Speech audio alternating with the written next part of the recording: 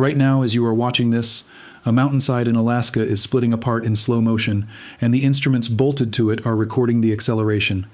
The slope is called Barry Arm, a steep fjord wall rising above the turquoise water of Prince William Sound, about 90 kilometers east of Anchorage and 50 kilometers from the port town of Whittier.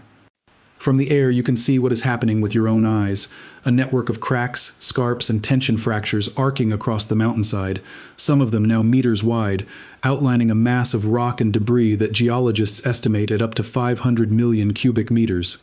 An entire mountainside, roughly the volume of 200,000 Olympic swimming pools, slowly detaching from the terrain behind it. In late July 2026, the joint USGS, NOAA, and Alaska State Monitoring Network that watches this slope issued an updated hazard statement. Satellite radar and on-site GPS had recorded a distinct acceleration in the slope's movement, the creeping mass shifting at rates several times its baseline, following weeks of record heat and heavy rain across southern Alaska. The official language was calm and precise, the way official language always is. But the underlying situation is the reason scientists have been openly alarmed about Barry Arm since the instability was first recognized in 2020. If this slope fails all at once, and slopes like this can fail in seconds, 500 million cubic meters of rock will fall directly into the deep water of the fjord below. And when that much rock hits confined water at that speed, the water has to go somewhere. It goes up, and then it goes outward, as a mega tsunami. This is not speculation. It is not modeling fantasy.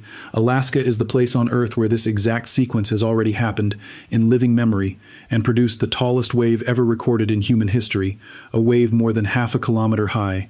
Today we break down what is happening at Barry Arm, what is underneath the cracking slope, and why its disappearance is the entire problem. The almost unbelievable true story of the night in 1958, when an Alaskan fjord produced a 524-meter wave, and the people who rode it out and lived, and what a monitored, warned Prince William Sound looks like compared to the most infamous case in history of a cracking mountain that officials watched and failed to act on.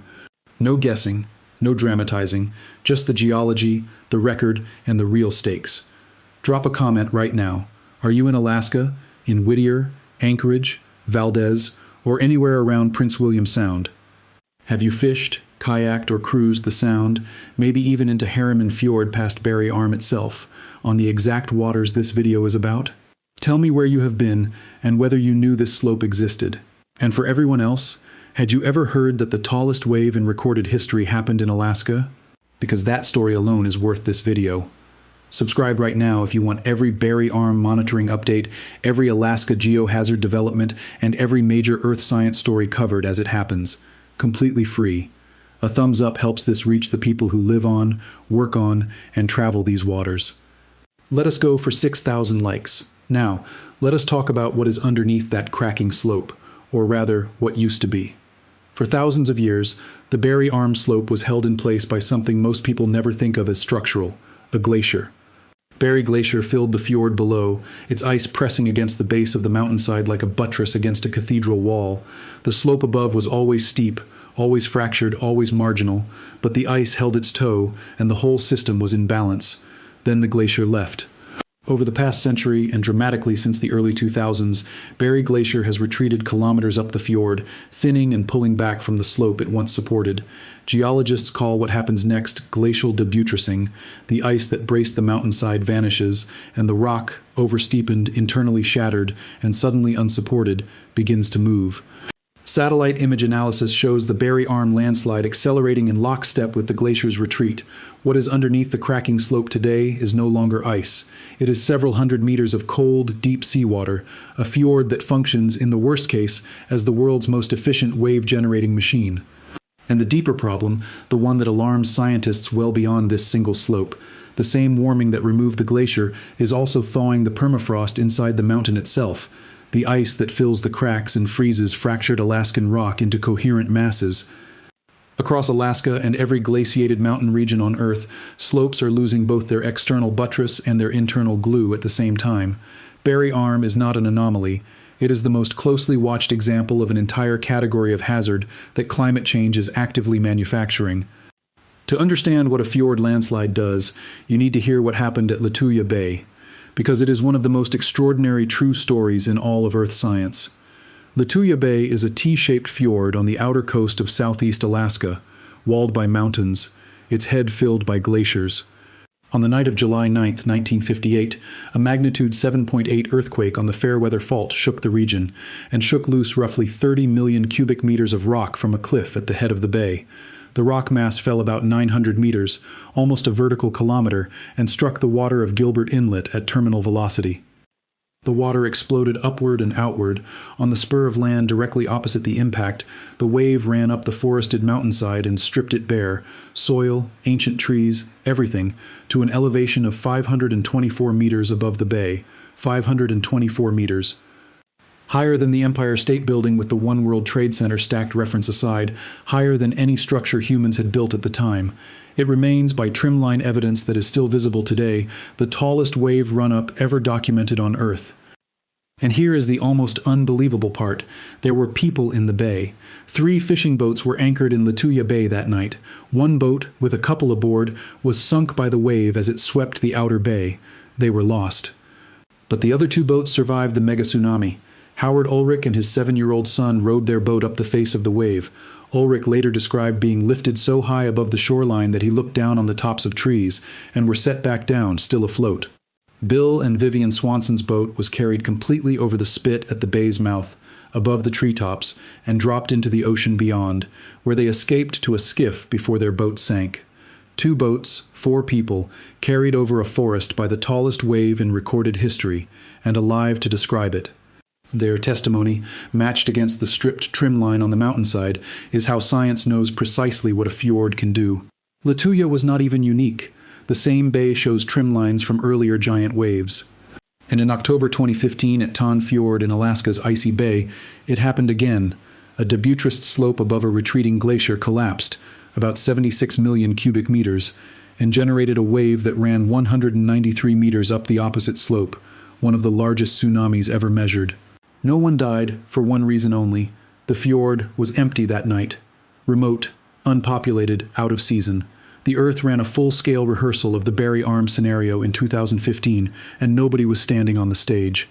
Prince William Sound is not empty. That is the entire problem. Whittier, with several hundred residents and a summer population many times that, sits on the Sound's western shore, a town that already knows tsunamis, having been devastated by waves during the 1964 Great Alaska Earthquake. The Sound carries cruise ships past calving glaciers all summer, vessels with thousands aboard that have routinely sailed into Harriman Fjord, directly past the Barry Arm slope. It carries the fishing fleet, kayakers camped on beaches, and the tanker traffic of the Valdez oil terminal at its eastern side. Modeling of a full, rapid failure at Barry Arm projects catastrophic wave heights within the immediate fjord arms, potentially hundreds of meters on facing slopes, Lituya style, and dangerous, damaging waves reaching Whittier, with the open water of the Sound attenuating but not eliminating the hazard. The difference between a geological curiosity and a mass casualty event is simply who is on the water when the slope lets go. Which brings us to the contrast that defines how this story should be managed, because history offers a terrible example of the alternative. In the Italian Alps in the early 1960s, engineers filled a new reservoir behind the Vajont Dam, one of the tallest in the world, beneath a mountain called Monte Toc. The mountain, like Barry Arm, was visibly moving, creeping downslope, opening cracks, shedding warning slides. Locals called it the mountain that walks. Engineers monitored it. Officials knew. And the reservoir stayed filled, the risk rationalized, the warnings of a few geologists and journalists dismissed. One journalist was actually prosecuted for alarming the public. On the night of October 9, 1963, the entire flank of Monte Toc, around 270 million cubic meters, slid into the reservoir at highway speed. The displaced water rose over the dam in a wave more than 200 meters high and fell into the valley below. The town of Longarona and its neighbors were erased in minutes. Nearly 2,000 people died. The dam itself, almost undamaged, still stands today above the graveyard of the valley it destroyed. A monument to a monitored hazard that was watched all the way to catastrophe. Barry Arm is the anti-Vajont, so far. Within months of the instability being recognized in 2020, agencies issued public hazard notices. Today, the slope carries a purpose-built monitoring network, satellite radar passes, GPS stations, seismometers listening for the acoustic signature of slope failure, and infrasound sensors, feeding a NOAA warning system that can push tsunami alerts to Whittier and to mariners within minutes of a detected collapse. The Coast Guard has issued standing guidance for vessels in the fjord arms. Cruise lines altered their routes. The July 2026 acceleration triggered exactly what it should: an updated advisory, expanded instrument deployment, and explicit public communication. Not silence, not reassurance, not a prosecuted journalist. The system cannot stop the mountain. Nothing can. What it can do is ensure that when Barry Arm fails, this year, next decade, or in 50 years, it fails into a fjord that people had warning to leave. Let us be direct about the practical message, because information without action is just anxiety. If you live in or visit Whittier, or work the waters of Prince William Sound, know that the tsunami warning for a Barry Arm failure would come with minutes, not hours. The wave transit time to Whittier is on the order of 20 minutes. Know your high ground. In Whittier, that means moving immediately upslope, away from the harbor, without waiting for confirmation. Mariners, heed the standing NOAA and Coast Guard guidance on the northern fjord arms, keep radios on the alert channels in the Sound, and treat any felt earthquake as a reason to leave confined waters near steep slopes. Remember that Lituya's landslide was triggered by shaking. Kayakers and campers on Sound beaches camp high, not at the waterline, in the northwestern arms. And for everyone watching from outside Alaska, file this hazard category in your mental map of the changing planet, because it is growing. Glacial, debuttressing, and thawing mountain permafrost are destabilizing slopes above fjords and reservoirs from Norway to Greenland to the Alps to Patagonia. Norway already runs permanent evacuation alert systems for villages beneath its own cracking mountains. Barry Arm is the American test case for doing this correctly. Find the slope before it fails, instrument it, warn honestly, and keep people out of the water it will someday displace. Final thought.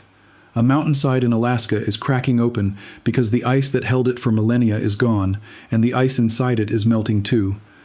Beneath it waits deep water that has already shown, twice in one human lifetime, what it does when a mountain arrives all at once. Lituya, 1958, 524 meters.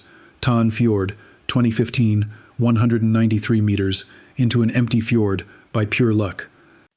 Barry Arm removes the luck from the equation and replaces it with a choice. Vajont shows what happens when a watched mountain is met with denial. 2,000 graves beneath an intact dam. Prince William Sound, so far, shows the other path. Instruments on the rock, alerts in the pipeline, ships rerouted, a town that knows its high ground. The mountain will make its move on its own schedule, indifferent to all of it. The only question that was ever ours to answer is what it finds on the water below when it does. We will track every Barry Arm advisory, every monitoring update, and every development in this new era of unfreezing mountains as it happens. Subscribe so you do not miss it, and leave that comment: have you been on Prince William Sound, and did you know the story of Lituya Bay? Because the tallest wave in human history deserves to be more than a footnote. It is the warning label on a warming world's fjords. 6,000 likes. Let us go.